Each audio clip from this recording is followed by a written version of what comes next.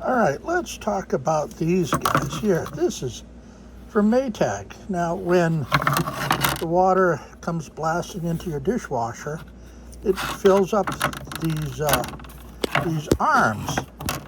Now, on most dishwashers, there's some sort of filter that keeps stuff like this from getting stuck in there.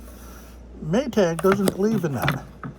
Evidently, fiber is good for Americans, but it's not good for Maytag washers. There's another one, and this is what, maybe a piece of leftover squash, or something like that, who knows? But it keeps circulating in the dishwasher. There's another. This is the upper arm here. And, oh gee, look, that's full too. There's no provisions to clean this either, so I've got this elaborate trick that I use with a air hose here. Let me see if I can show you.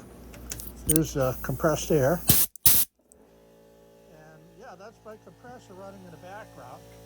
And then we have, let's see, a messy shop. We have our shop vac here. So by putting the shop vac here and blowing through all these holes individually, then we clean them out.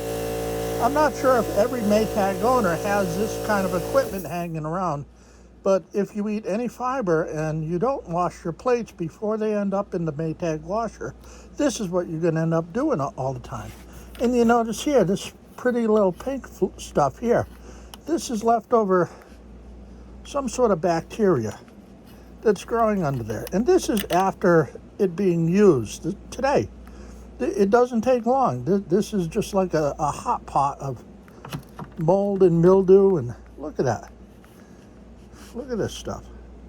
There's a piece of fuzz, who knows? And we don't eat this stuff. I don't know where it comes from.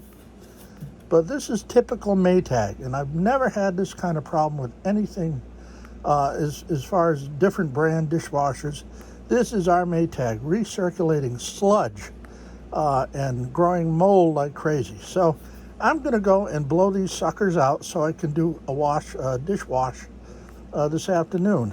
But this is what you get when you buy Maytag. Okay? Enjoy.